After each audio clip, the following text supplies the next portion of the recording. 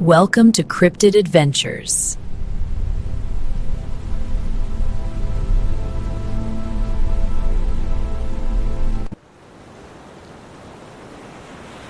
Today, I'm going to tell you a story I will never forget as long as I live.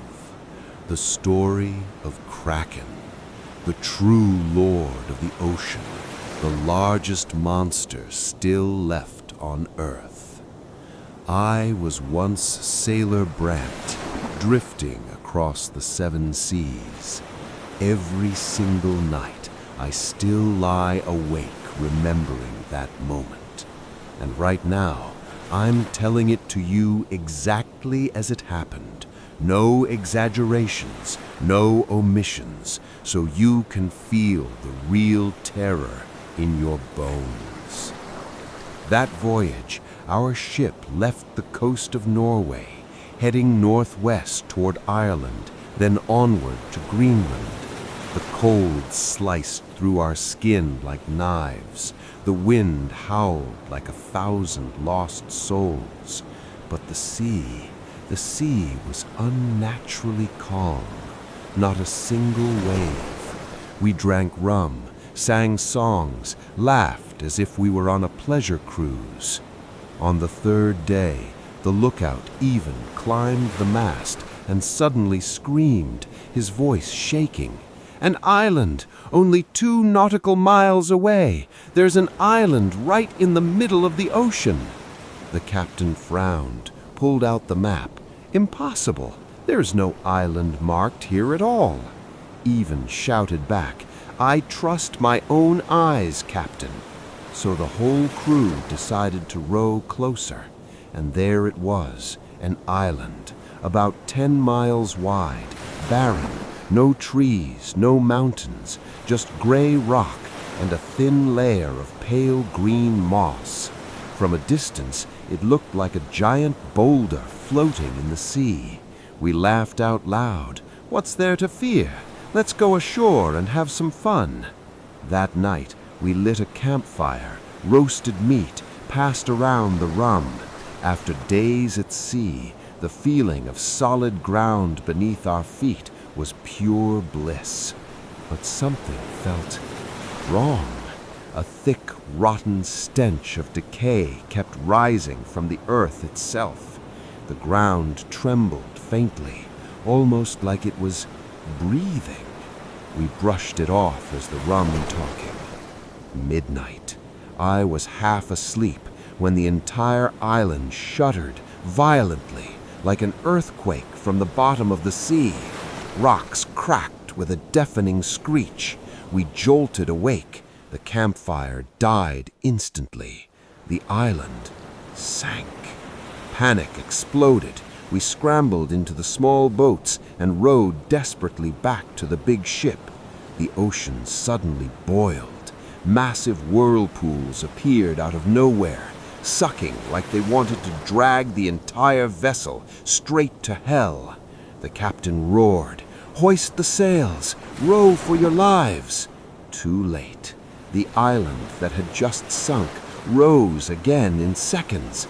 Giant waves, tall as 3-story buildings, slammed into the hull, and from the black depths, enormous tentacles erupted. Thicker than ancient tree trunks, pitch black, completely smooth with no pores, glistening under the pale moonlight. One lashed out, crack, and snapped the main mast like a matchstick. A poor sailor was seized by a tentacle. His scream echoed across the water. "Help me! Help!" before he was yanked into the inky blackness. The stench of death, centuries old, filled the air. That was when we finally understood. It was never an island. It was a living creature, a colossal octopus, hundreds of times larger than anything we had ever seen. Eyes glowing red like twin pits of fire beneath the surface. It lifted our ship into the air as if it were a child's toy boat. Our ship looked tiny in its grasp. I could hear my own heartbeat pounding in my ears. The freezing wind cut like razors. Moonlight revealed old scars on the tentacles, scars from hundreds of ships it had crushed before. We tried rowing, we fired guns, useless. A second tentacle wrapped around the hull and squeezed. Wood screamed and splintered. The captain yelled, "Abandon ship! Jump! Everyone, jump!" Then lightning struck. Bolts ripped across the pitch-black sky. Thunder roared like the wrath of Thor himself. Maybe even Kraken couldn't stand the blinding flashes. It released the ship and plunged back into the abyss. But right before it vanished, it turned and looked at us one last time. Those burning red eyes pierced the darkness as if whispering, "I'll be waiting for you at the bottom of the sea." The next morning, when the storm finally died, only a few pieces of wreckage and a handful of survivors remained, including me.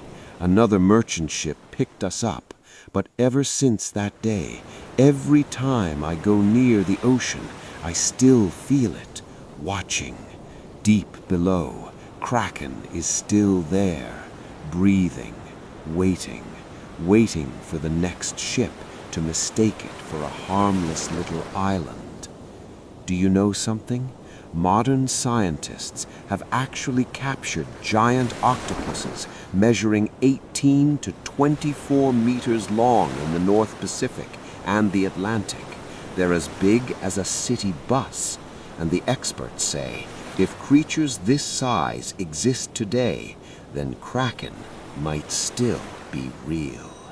So the next time you see a small, lonely island floating alone in the open sea, never go ashore, because sometimes it isn't an island, it's Kraken sleeping.